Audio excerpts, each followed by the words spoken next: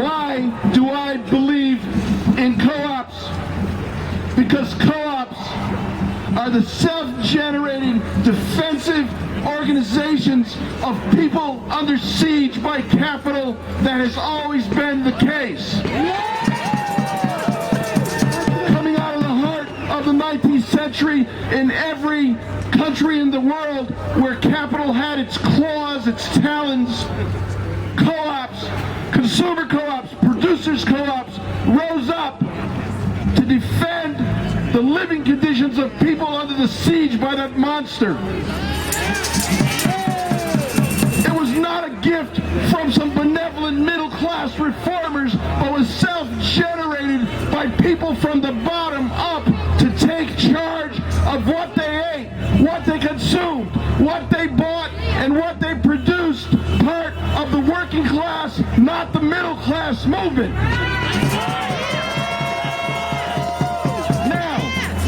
Now, we have to understand.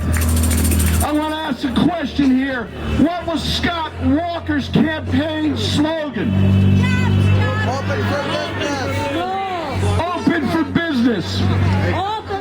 They are saying that to their corporate backers and their investors that this state is open to maximize profits off of the backs, the sweat,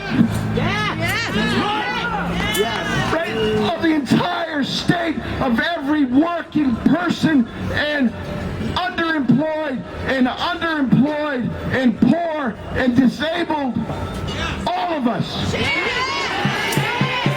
What they are saying, it's not a question of moralist guilt. I don't want to hear shame. I say out with the bastards. We cannot shame them. They know no shame. They know no shame. So I don't want to hear shame on you. To hell with that. Now, when they say open for business, they are saying we will privatize schools and make them for profit. We will destroy. That is why it doesn't have to do with how much teachers make. It's the fact that public education as a right and a guarantee cannot be exploited and raped in the fashion that these bastards want to do.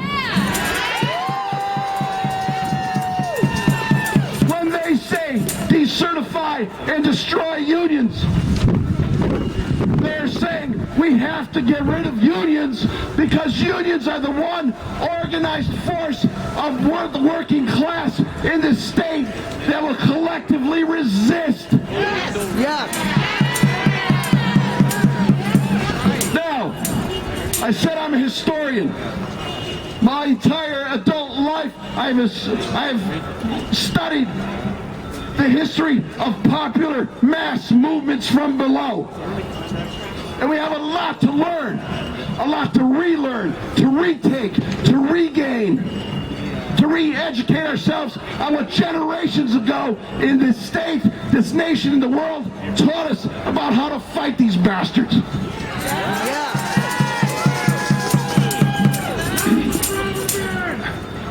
That's right. They want to take it back to the 19th century age of the robber barons.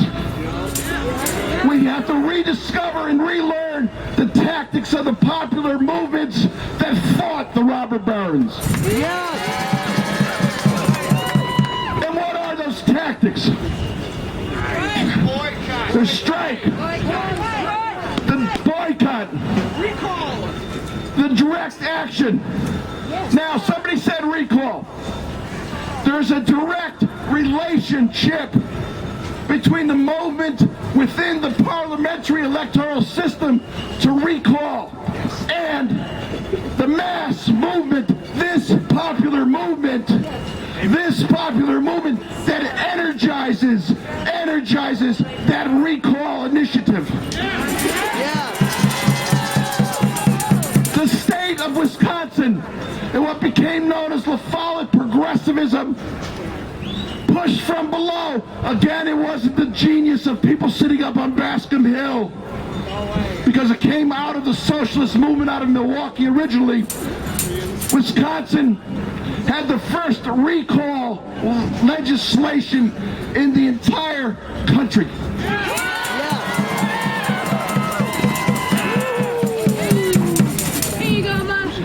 What became known as the Wisconsin idea not only had its meaning in this state, which they're currently trying to dismantle, but it was an example to the rest of the country.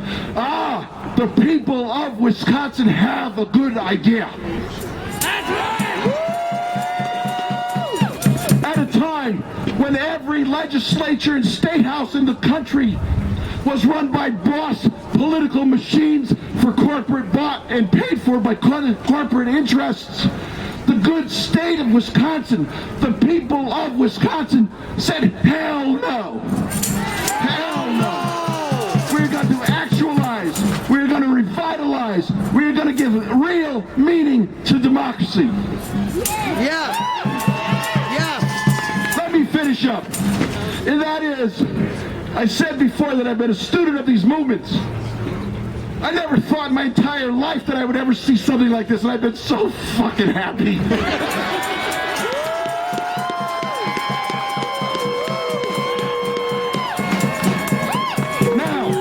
Now listen very carefully, because we're right on the cusp. In all these movements, it starts at the level of protest. Protest means petitioning your government, your leaders, for redress, for reform. We could have covered this building with 1 million people, right? Sort of like a swarm of ants on a popsicle on the sidewalk in the middle of summer. And they would say, we're not concerned. They're not exerting power. That's right. Every movement that we know of where the calls for redress and reform through the system has been thwarted by the arrogant, the rich, and those that don't give a damn.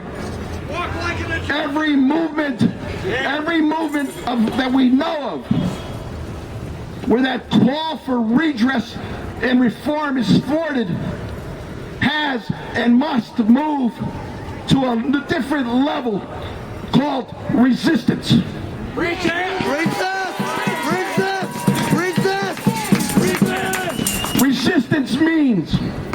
Resistance means actualizing the mass boycott accompanied by pickets. We identify and get to know every corporate sponsor of Walker and his clique.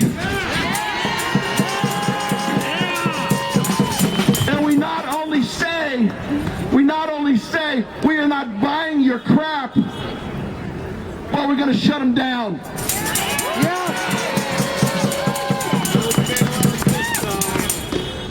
The mass actions, the pickets, the be-ins, the sit-ins, the occupations of corporate offices, of corporate headquarters, of rapacious banks must go on. It pushes the recall movement. It pushes the electoral movement. Remember that our good Democrats in this building who did good and honest and moral things in the past month and a half would not have done so without the movement.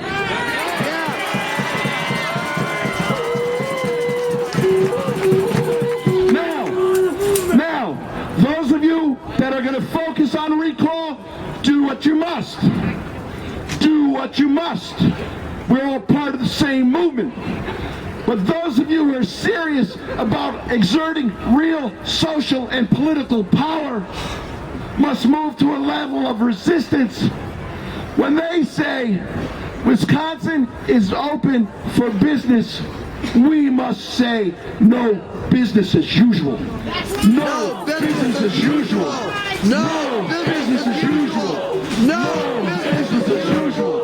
No business as usual. No business as usual.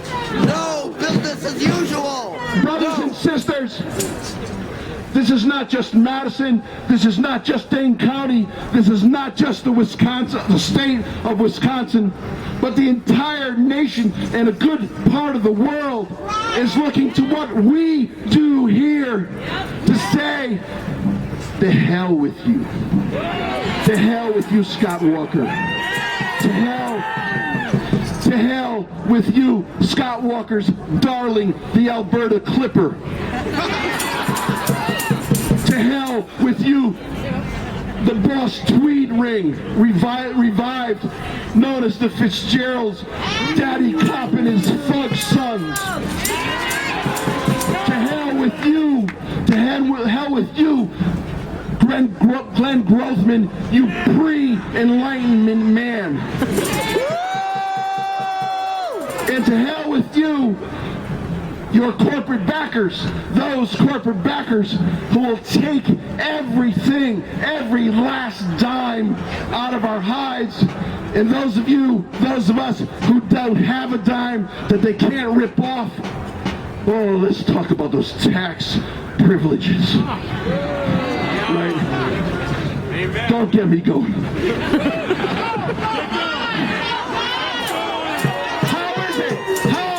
It comes down to it, right? How is it that at the same time they can give unimaginable tax breaks to the upper pinnacles that already suck us dry, tax breaks to the very wealthy in this state, in this country, while blaming all of us for the deficit?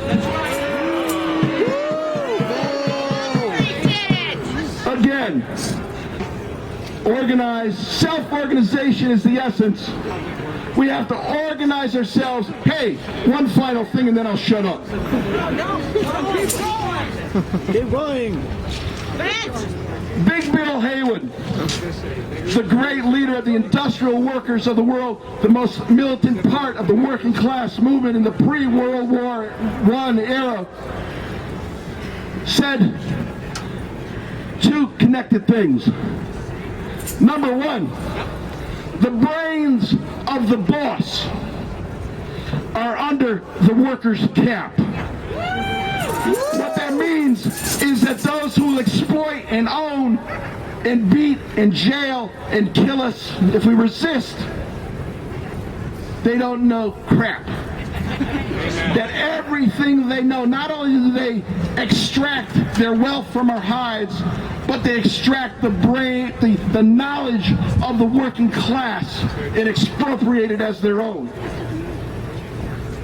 There are hundreds of thousands of public service employees in this state who hold the brains, the knowledge of the operation of this state under their caps.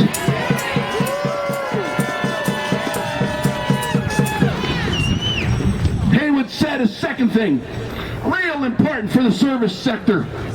Real important for service sector employees and those unions under siege in the service sector, the public employees sector, the teachers, the bureaucrats, the administrators of all these offices that they're not dismantling.